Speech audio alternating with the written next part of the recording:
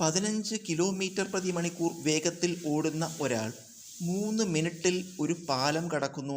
പാലത്തിൻ്റെ നീളം എത്ര? നമുക്ക് വേഗത തന്നിട്ടുണ്ട് 15 കിലോമീറ്റർ പ്രതി മണിക്കൂർ. നമുക്ക് സമയം തന്നിട്ടുണ്ട് 3 മിനിറ്റ്. അപ്പോൾ ഇവിടെ യൂണിറ്റുകൾ വ്യത്യാസമുണ്ട്. ഇത് മണിക്കൂറാണ്, ഇത് മിനിറ്റാണ്. അപ്പോൾ അതുകൊണ്ട് നമുക്ക് ഈ വേഗതയുടെ യൂണിറ്റ് ഇവിടെ കിലോമീറ്റർ പ്രതി മണിക്കൂറാണ്. ഈ കിലോമീറ്റർ പ്രതി മണിക്കൂർ എന്ന യൂണിറ്റിനെ മീറ്റർ പ്രതി സെക്കൻഡ് ആക്കാൻ നമ്മൾ 5/18 കൊണ്ട് ഗുണിക്കുകയാണ്. വേഗതയുടെ 2 യൂണിറ്റുകളാണ് എന്ത്? കിലോമീറ്റർ പ്രതി മണിക്കൂറും മീറ്റർ പ്രതി സെക്കൻഡും. കിലോമീറ്റർ പ്രതി മണിക്കൂറിനെ മീറ്റർ പ്രതി സെക്കൻഡ് ആക്കാൻ 5/18 കൊണ്ട് ഗുണിക്കണം. അപ്പോൾ 15 × 5/18. നമുക്ക് ഈ 15ഉം 18ഉം 3 കൊണ്ട് പഠിച്ചു കൊടുക്കാം. അപ്പോൾ 13 15 6 3 18. അപ്പോൾ ഇത് വരും 5 × 5/6 ഗുണിക്കുമ്പോൾ 25/6 ഇപ്പോൾ യൂണിറ്റ് മീറ്റർ പ്രതി സെക്കൻഡ്. നമുക്ക് സമയം 3 മിനിറ്റ് തന്നിട്ടുണ്ട്. ഇനി നോക്കൂ, ഇപ്പോൾ ഇവിടെ സമയത്തിൻ്റെ യൂണിറ്റ് സെക്കൻഡാണ്, ഇവിടെ മിനിറ്റാണ്. അപ്പോൾ ഇതും നമ്മൾ ഒരുപോലെ ആക്കണം. അതുകൊണ്ട് നമ്മൾ മിനിറ്റിനെ സെക്കൻഡ് ആക്കാൻ 1 മിനിറ്റ് 60 സെക്കൻഡാണ്. 3 minute 3 × 60 180 second. ഇപ്പോൾ യൂണിറ്റിൻ്റെ പ്രശ്നം പരിഹരിച്ചു. നമുക്ക് എന്താ കാണേണ്ടത്? പാലത്തിൻ്റെ നീളം. ഇങ്ങനെയുള്ള കണക്കുകളിൽ പാലത്തിൻ്റെ നീളം എന്ന് പറയുന്നത് നമ്മൾ സഞ്ചരിച്ച ദൂരമായിട്ട് കണക്കാക്കണം. പാലത്തിൻ്റെ നീളം സഞ്ചരിച്ച ദൂരമായിട്ട് കണക്കാക്കണം. അപ്പോൾ ദൂരം കാണാനുള്ള സൂത്രമൊക്കെ എന്താ? വേഗത × സമയം വില കൊടുക്കുക. വേഗത എത്ര? 25/6 × സമയം എത്ര? 180. ഈ 6ഉം 180 ഹരിക്കുമ്പോൾ 30 എന്ന് വരും. അപ്പോൾ 25 × 30, 25 × 3 75, ഒരു 0 750. ഇത് നീളമല്ലേ? നീളത്തിൻ്റെ 2 യൂണിറ്റുകൾ മീറ്ററും കിലോമീറ്ററുമാണ്. അപ്പോൾ ഇവിടെ നമ്മുടെ കണക്ക് ചെയ്യുമ്പോൾ നീളത്തിൻ്റെ യൂണിറ്റ് എന്താ കാണുന്നത്? മീറ്ററാണ് കാണുന്നത്. ചോദ്യത്തിൽ കിലോമീറ്റർ തന്നിരുന്നു, പക്ഷേ അത് നമ്മൾ മീറ്ററാക്കി മാറ്റി. അപ്പോൾ ഇവിടെ പാലത്തിൻ്റെ നീളം ഉത്തരം 750 മീറ്റർ. 10 മീറ്റർ നീളമുള്ള ഒരു ബസ് അതേ നീളമുള്ള മറ്റൊരു ബസ്സിനെ മറികടക്കുന്നു. ഈ ബസ്സുകളുടെ വേഗതകൾ 12 മീറ്റർ പ്രതി സെക്കൻഡ്, 8 മീറ്റർ പ്രതി സെക്കൻഡ്. മറികടക്കാൻ എടുക്കുന്ന സമയം എത്ര? നമുക്ക് 2 ബസ്സുകളെക്കുറിച്ച് പറയുന്നുണ്ട്. ഈ 2 ബസ്സുകളുടെയും നീളം 10 മീറ്ററാണ്. പിന്നെ ഈ ബസ്സുകളുടെ വേഗതകൾ വ്യത്യാസമുണ്ട്. ഒരു ബസ്സിൻ്റെ വേഗത 12 മീറ്റർ പ്രതി സെക്കൻഡാണ്, മറ്റൊരു ബസ്സിൻ്റെ വേഗത 8 മീറ്റർ പ്രതി സെക്കൻഡാണ്. അപ്പോൾ ഇവ ഒരേ സമയത്ത് ഒരേ ദിശയിൽ പുറപ്പെട്ട് കഴിഞ്ഞാൽ കുറേ കഴിഞ്ഞാൽ ഈ വേഗത കൂടിയ ബസ് വേഗത കുറഞ്ഞ ബസ്സിനെ മറികടക്കും. ആ മറികടക്കാൻ എടുക്കുന്ന സമയം കാണണം നമ്മൾ. അപ്പോൾ ഇവിടെ 2 ബസ്സുകളുടെയും നീളങ്ങളുടെ തുക കാണുക. ഈ 2 ബസ്സിൻ്റെയും കൂടി നീളം കൂട്ടുക. അതിനെയാണ് സഞ്ചരിച്ച ദൂരമായിട്ട് നമ്മൾ കണക്കാക്കുക. അപ്പോൾ 2ൻ്റെയും നീളം 10ആണ്. 10ഉം 10ഉം കൂട്ടിയ 20 മീറ്റർ.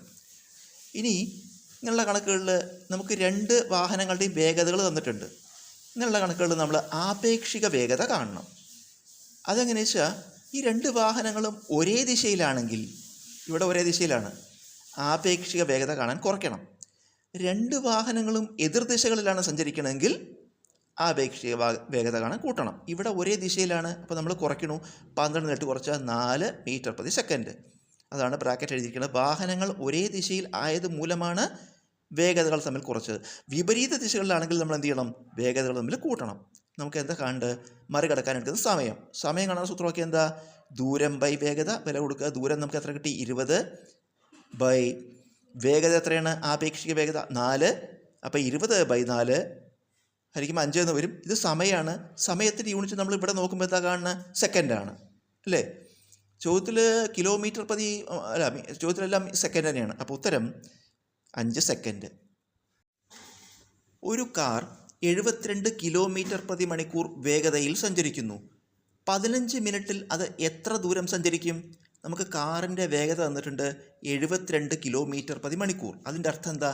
1 മണിക്കൂറിൽ 72 കിലോമീറ്റർ ദൂരം സഞ്ചരിക്കും. വേഗത 72 കിലോമീറ്റർ പ്രതി മണിക്കൂറാണ്. അതായത് 1 മണിക്കൂറിൽ 72 കിലോമീറ്റർ സഞ്ചരിക്കും. ഈ 1 മണിക്കൂർ എന്ന് പറഞ്ഞാൽ 60 മിനിറ്റാണ്. അതായത് 60 മിനിറ്റിൽ 72 കിലോമീറ്റർ സഞ്ചരിക്കും. അത് നമുക്ക് 1 മിനിറ്റിൽ എത്ര ദൂരം സഞ്ചരിക്കും? 72നെ 60 കൊണ്ട് ഹരിക്കുക. നമുക്ക് 12 കൊണ്ട് പിടിച്ചെടുക്കാം. 6 12 72, 5 12 60. 1 മിനിറ്റിൽ 6/5 കിലോമീറ്റർ ദൂരം സഞ്ചരിക്കും. നമ്മുടെ ചോദ്യം എന്താ? 15 മിനിറ്റിൽ എത്ര സഞ്ചരിക്കും? ഈ നമുക്ക് കിട്ടിയത് 1 മിനിറ്റിൽ എത്ര ദൂരമാണ്? 6/5 കിലോമീറ്റർ ആയതുകൊണ്ട് 15 മിനിറ്റിൽ കാണാൻ നമ്മൾ ഇതിനെ 15 കൊണ്ട് ഗുണിച്ചാൽ മതി. 6/5 × 15. ഈ 5ഉം 15ഉം ഹരിക്കുമ്പോൾ അല്ലെങ്കിൽ പിടിച്ചെടുക്കുമ്പോൾ 3 5 15. അപ്പോൾ 6 × 3 18. ഇപ്പോൾ 15 മിനിറ്റിൽ എത്ര ദൂരം സഞ്ചരിക്കും? 18 കിലോമീറ്റർ. ഈ യൂണിറ്റ് ഇവിടെ നമുക്ക് എന്താ കാണേണ്ടത്? ദൂരമാണ്. ദൂരത്തിൻ്റെ യൂണിറ്റുകളൊക്കെ ഇവിടെ കിലോമീറ്ററാണ്. അപ്പോൾ ഈ കിട്ടിയത് കിലോമീറ്ററാണ്. 15 മിനിറ്റിൽ എത്ര ദൂരം? 18 കിലോമീറ്റർ ദൂരം സഞ്ചരിക്കും. അതായത് 1 കിലോമീറ്റർ 1000 മീറ്റർ ആണല്ലോ. അപ്പോൾ 18 കിലോമീറ്റർ പറഞ്ഞാൽ ഉത്തരം വേണമെങ്കിൽ നമുക്ക് 18,000 മീറ്റർ എന്നും എഴുതാം. ഒരാൾ പിയിൽ നിന്ന് ക്യൂയിലേക്ക് 40 കിലോമീറ്റർ പ്രതി മണിക്കൂർ വേഗതയിലും തിരികെ ക്യൂയിൽ നിന്ന് പിയിലേക്ക് 50% വേഗത കൂട്ടിയും സഞ്ചരിക്കുന്നു. ആകെ യാത്രയുടെ ശരാശരി വേഗത എന്ത്? ശരാശരി വേഗതയാണ് കാണേണ്ടത്. ശരാശരി വേഗത എന്ന് പറയുമ്പോൾ ആവറേജ് സ്പീഡ് കാണണം. ഇവിടെ നമ്മൾ സഞ്ചരിച്ച ദൂരങ്ങൾ തുല്യമാണ്. കാരണം എന്താ? പിയിൽ നിന്ന് ക്യൂയിലേക്ക് പോകുന്നു, തിരികെ ക്യൂയിൽ നിന്ന് പിയിലേക്ക് വരുന്നു. അപ്പോൾ സഞ്ചരിച്ച ദൂരം തുല്യമാണ്.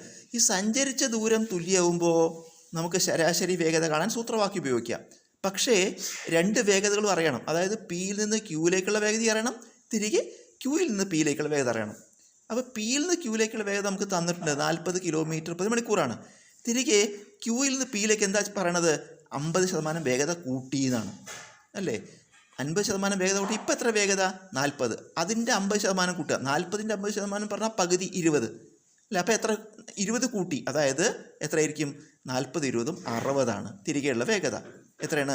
60 കിലോമീറ്റർ പ്രതി മണിക്കൂറാണ് അതായത് ക്യൂവിൽ നിന്ന് പിയിലേക്കുള്ള വേഗത. നമുക്ക് ഇത് 50% കൊണ്ട് നമ്മൾ പെട്ടെന്ന് കണ്ടുപിടിച്ചു. വേറെ വല്ല ശതമാനമാണെങ്കിൽ നമ്മൾ ഈ രീതിയിൽ വേണം കാണാൻ. അതായത് എക്സ് എത്രയാണ്? ആദ്യത്തെ വേഗത 40 കിലോമീറ്റർ പ്രതി മണിക്കൂർ. അടുത്ത വേഗത കാണാൻ 40 ഇൻറ്റു എത്രയാണ് കൂടണമെന്ന് വെച്ചാൽ അത് 100ൻ്റെ കൂടെ കൂട്ടി ശതമാനം കാണണം. അപ്പോൾ 40 ഇൻറ്റു എത്ര കൂടണം? 50 അല്ലേ? അപ്പോൾ 40 ഇൻറ്റു 100 പ്ലസ് 50/100. 40 ഇൻറ്റു കൂട്ടുമ്പോൾ 150/100. നമുക്ക് ഈ മുകളിലത്തെ 40ലത്തെ 0 150ലത്തെ 0 100 വെട്ടിക്കളയാം. അപ്പോൾ 4 ഇൻറ്റു 15 ഉത്തരം 60 കിലോമീറ്റർ പ്രതി മണിക്കൂർ. അപ്പോൾ നമുക്ക് രണ്ട് വേഗതകളും അറിയാം അല്ലേ? പിയിൽ നിന്ന് ക്യൂയിലേക്കുള്ള വേഗത അറിയാം, ക്യൂയിൽ നിന്ന് പിയിലേക്കുള്ള വേഗത അറിയാം. ശരാശരി വേഗത കാണാൻ സൂത്രവാക്യം ഉപയോഗിക്കാം. 2xy/x+y വില കൊടുക്കുക. 2 ഇൻറ്റു എക്സും വൈയും വേഗതകൾ എത്രയൊക്കെയാണ്? 60ഉം 40ഉം അല്ലേ? അപ്പോൾ 2 ഇൻറ്റു 40 ഇൻറ്റു 60 പ്ലസ് 40 പ്ലസ് 60. അംശങ്ങൾ ഗുണിക്കുമ്പോൾ 2 ഇൻറ്റു 4 8, 8 ഇൻറ്റു 6 48, 2 0. അതായത് 4800/40ഉം 60ഉം കൂട്ടിയാൽ 100.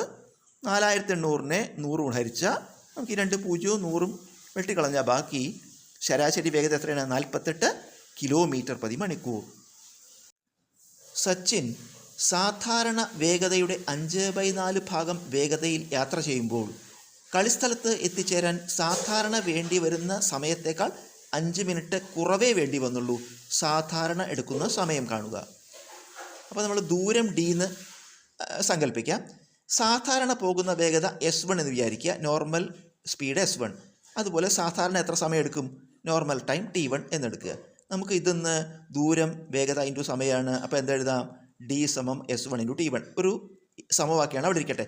ഇത് സാധാരണത്തെ കാര്യമാണ് കേട്ടോ, എന്നുള്ള പതിവുള്ള കാര്യമാണ്. ഇനി നമ്മളൊരു സങ്കല്പമാണ് അല്ലേ? രണ്ടാം ഘട്ടം. അപ്പോഴും ദൂരം മാറ്റില്ല, വേഗത എന്താ പറഞ്ഞത്? ആദ്യത്തേതിൻ്റെ 5/4. അപ്പോൾ എന്താവും? 5/4 S1. അതുപോലെ സമയമോ ആദ്യത്തേനേക്കാൾ 5 മിനിറ്റ് കുറവ്. ആദ്യം ഇവിടെ T1 ആയിരുന്നു. അപ്പോൾ സമയം എന്ത് വരും? T1 - 5. വീണ്ടും നമ്മൾ ഈ ദൂരം കാണുക, വേഗത ഇൻറ്റു സമയം, ഒരു സമവാക്യം കൂടി ഉണ്ടാക്കുക. അപ്പോൾ എന്ത് വരും?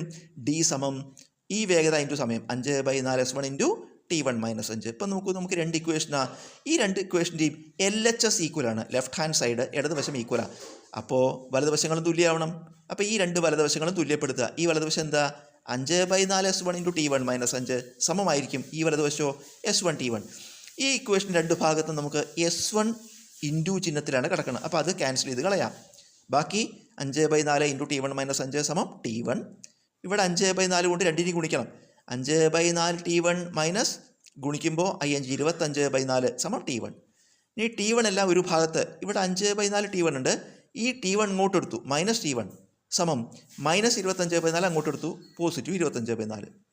ഈ 5/4 T1 പറഞ്ഞാൽ 1/4 എന്നർത്ഥം. 1/4 T1 ആണ്. മൈനസ് 1 T1 സമം 25/4. 1/4 T1 എന്ന് 1 T1 കുറച്ചാൽ 1/4 കാൽഭാഗം. കാൽ T1 സമം 25/4. ഇതിന് T1 കാണാൻ ഇൻറ്റു 1/4 വലത്തോട്ട് എടുക്കുമ്പോൾ ഇൻറ്റു റെസിപ്രോക്കൽ ഇടുക. അപ്പോൾ T1 സമം 25/4 ഇൻറ്റു തിരിച്ചിട്ടു 4/1 ഗുണിക്കുമ്പോൾ ഈ 4 വെട്ടിക്കളയാം നമുക്ക്. ബാക്കി 25/1 പറഞ്ഞാൽ 25. ഇത് T1 എന്താ നോർമൽ ടൈം, സാധാരണ എടുക്കുന്ന സമയം എത്രയാണ്? 25 മിനിറ്റ്.